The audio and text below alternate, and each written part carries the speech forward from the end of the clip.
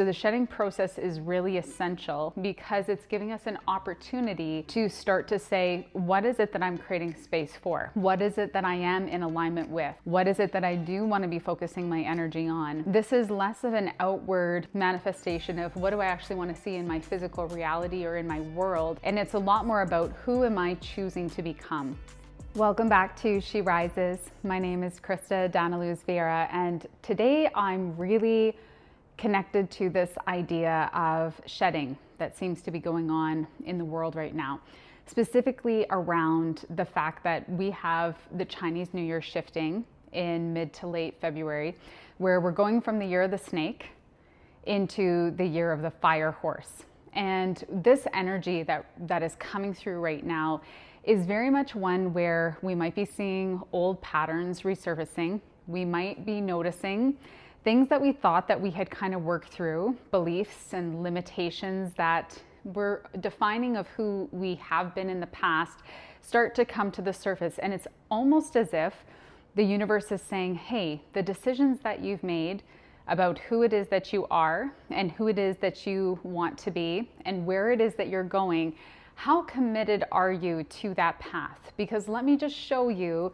all of the things that are still yet to be shed and yet to be released. And so I don't know about you if you're feeling some of this energy and some of this shift happen in your life right now, but it seems like in the circles that I'm walking in right now, everywhere I go, people are noticing these patterns coming up. They're noticing behaviors arise. They're noticing tendencies to want to go deeper within themselves, more reflective behavior.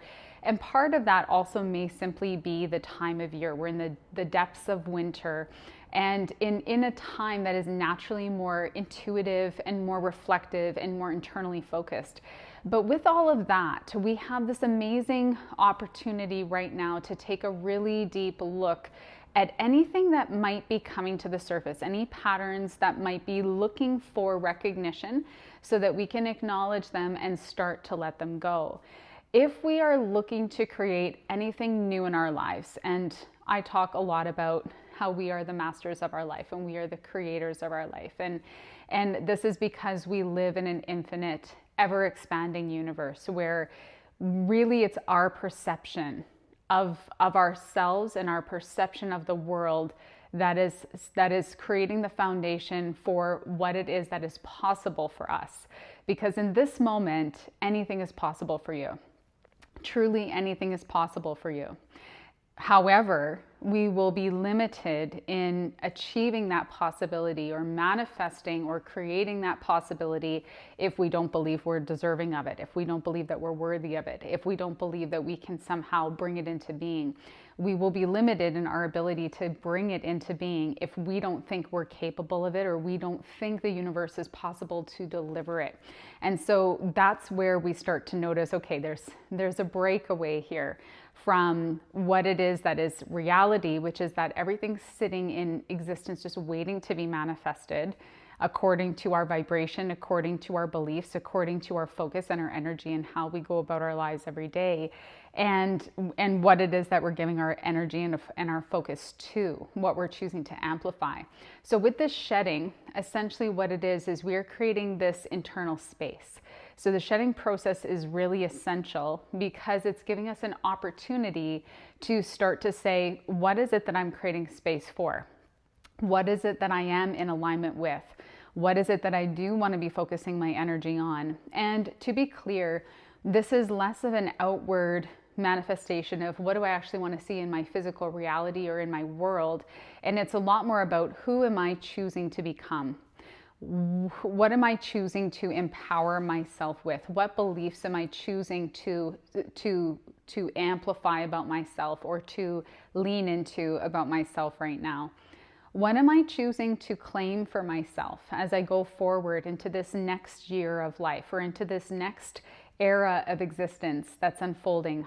There's a lot of people right now who are hitting milestone birth years or who are kind of in that transition between, one decade and another, where they're feeling this shift or this redefining of purpose, this redefining of identity. And a lot of times the question is coming back to, who am I? Who am I now? And not just in terms of the identity of who we are in the world, but Who am I on the inside? Who have I chosen to become? And how am I projecting that identity forward into the future? What beliefs am I choosing to hold about myself that is creating the possibilities for my life to come and for the fulfillment, enjoyment, ease, just possibility in general of that life and of my purpose here? So a lot of this is really just shining a flashlight on who it is that you're choosing to be and where it is you're choosing to go. So if there is something that you're starting to feel is coming off, if you're feeling that there's something that you're starting to release, this is an opportunity as well to lean into forgiveness. And the reason that this is so powerful is because whatever it is that we're holding inside of ourselves, whatever it is that we're hanging on to from the past, this can start to become a block in terms of where it is that we're going. If we're trying to move forward, but we're carrying hurts from the past, stagnant energy, a feeling of shame inside, or some emotions that haven't been processed around things that either we have done, or beliefs around ourselves, beliefs around other people and circumstances that we've experienced in the past, we can start to feel that it's hard to move forward when we're still tethered to that. So this is something that I encourage you to take some time to really be with and to sit with and start to look from loving eyes. If I were to embrace more of myself, if I was to embrace more of the parts of myself that I currently feel are unlovable or are unforgivable, what would that create for myself in terms of compassion? What kind of compassion would that allow me to start to feel? In yoga, we talk about the very first yama, or the very first kind of observance that we have in yoga is ahimsa, which is non-violation or non-violence. And this is not just a physical violence, it's a non-violence towards ourselves in terms of thought, in terms of belief, in terms of action. So any self-sabotaging behavior, any negative beliefs about ourselves, that inner voice that sometimes isn't very positive, we start to pull that into awareness where we notice it. The very first thing for any shift that we ever want to make in our life is always about awareness. And once that awareness is there, now we can decide, am I going to live out the pattern I've always lived out with this, or am I going to choose to do something different? Am I going to choose to sit with that and maybe not react today? And just notice the emotion come up and notice the beliefs that come up and maybe choose something different. And we can also extend this further when we start to have more compassion for ourselves, when we can hold ourselves in a more appreciative love, the way that we would our very best friend or our child or our father or mother or spouse, the way that we would for other people who we believe in some senses that they are inherently deserving of our love. They're inherently deserving of respect, of dignity. We would uphold them. They would come to us and say, I did this thing and, I'm not feeling very proud of myself. And we would say, I forgive you. Like, I understand. And it's okay. You're human. You're not meant to be perfect. You're perfectly imperfect. And that means that you're perfect just the way that you are. You're ever evolving. You're a growing being. Somehow we tend to hold that back from ourselves. But if we were to start to bring that in as a part of our lived experience here, where we start to hold ourselves in greater capacity of love and understanding, we start to build our compassion. And that compassion extends outwards. Eventually, it's when we start to get into these relationships with other people, it becomes a bit of a spiral. We start to say, well, of course I can forgive.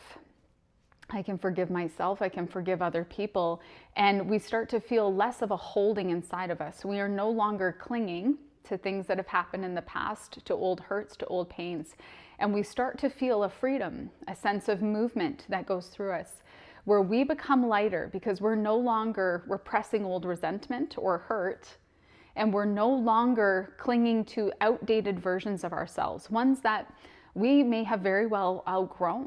It's time to not just let that go and forget it ever happened. That's not a bypassing that we want to do, but rather an integration where we say, I fully accept myself. I fully accept who I am. I am willing to go on the journey of love and self-acceptance, because I know that when I do that for myself, I learn how to hold that capacity and space for other people. And as I start to do that for other people, I'm able to do that in ever varying and ever changing circumstances where I become a vessel of love, unconditional love. And that starts to become the way that we move through the world. This shedding is inviting us to also look at this. It's inviting us to begin to let go of any old hurts, any old patterns, any old beliefs around ourselves that are not serving. We don't want to carry those forward with us, because it may not be for who we are becoming. The year of the fire horse, and I'm not hugely versed in this. There are other people who follow astrology who are much better versed in this, but this is my understanding, is that the fire horse is about freedom and about energy and about new beginnings and about movement forward. Sometimes with this fire, faster than we're even prepared for, more than we're capable of holding in some moments. So it can sometimes feel overwhelming or expansive, or that it's going too fast, or that the beginning is starting and it's exploding beyond what we're capable of holding. This is requiring us to have a nervous system calibration. It's inviting us to sit with and to notice with awareness what's happening while it's happening, and to start to acclimatize ourselves to saying, what do I truly want? Remembering that when we have vision to carry us forward, the opportunities that show up might happen in many different ways, but when we focus our intention, we'll know which opportunities to say yes to and which ones to say, that's a great opportunity for somebody else, but in this time, I'm going to focus on the thing that is right in front of me, that is most important, that is most aligned for where it is I'm choosing to go.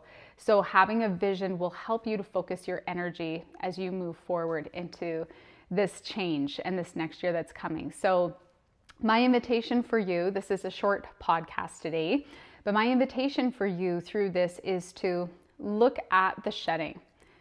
Ask yourself a few questions. What is it that I know I'm ready to let go of? What is it that I know I would feel lighter, more aligned, more myself if I were free of that emotion or that feeling or that circumstance? And then take some time to sit with it or to journal about it in the essence of, I'm willing to let this go for the purpose of my own growth and for my own self-love and compassion to come in. Is there anything or anyone that you wish to forgive? Is there anything that you are simply willing to lay down the sword on and say, I'm free of this. I'm willing to integrate this, knowing that it may not be an overnight process, but the first step of forgiveness is just a decision to forgive in and of itself, a decision to let go. Usually we hang on to things so tight that when we say, okay, am I going to forgive? We'll say, I can't. And it's not really I can't. It's that I don't know how to, or I won't. So if we make the decision to forgive, it changes the I won't to I will, or I am. And it changes the I don't know how to I've decided to, and that is the how. The how is the decision leading to the energetic and nervous system and emotional shift that allows us to hold more space for ourselves and inevitably more space for other people. This is truly a year not to start over, because nobody needs to start over. Nobody needs to start over, because everything that you've learned, everything that you've gone through, everything you've experienced, whether you would paint it as good or bad or simply just part of the journey, it's all helping you. It has all helped you to become who you are. And it is all going to have its lessons, and it's going to have its learnings and its triumphs and its achievements. And without that, you would not be who you are today. So this is an opportunity to start to carry some of that learned experience and wisdom and to integrate it so that you can truly shine from the heart this year, from the heart saying, this is what I'm about, this is who I am, this is what I'm living my life as and for. And this clarity really helps to release any sensation of stuckness. It helps to release any sensation of I'm not fulfilled, because we overcome lack of fulfillment through action. And through action that's aligned with the heart, we also start to feel a renewed sense of purpose becoming inside of us. So I hope that this landed for you today. And if you have any thoughts, any reflections, I'd love to see it in the comments below. So remember to shed what needs to be shed and hold space for yourself through this process. It's not always going to feel uplifting and easy, but it is part of the journey. And also to embrace whatever newness is coming for you as we move closer and closer to the beginning of the Fire Horse year. Have a wonderful rest of your day.